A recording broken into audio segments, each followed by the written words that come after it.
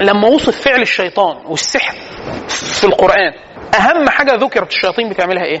يتعلمون ما يفرقون به بين، وكأنه هي إيه أكبر مدخل للشياطين على الإطلاق هو استغلال هذه الثغرة ما بين الرجال والنساء. عشان كده كتير جدا لما واحد يتسأل أنت طلقت ليه يقول لك نرفزتني يا أخي فقالت لي كذا حسستني إن أنا مش راجل رحت مطلقت.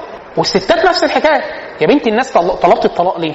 يقول لك والله هو كويس وكل حاجة بس قال لي كده نرفزني رحت مش عارف قايله كده خلاص. فهي الفكرة ده أحيانا بإيه؟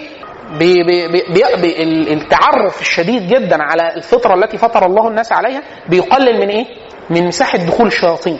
حتى عشان كده انا ما اعرفش الشيخ حاتم تعرض له في الشرع ولا لا، فكرة الطلاق السني ان هو الطلاق السني شرط من شروطه ان هو يطلق مراته في طهر، ما تكونش حائض، في طهر لم يجامعها فيه.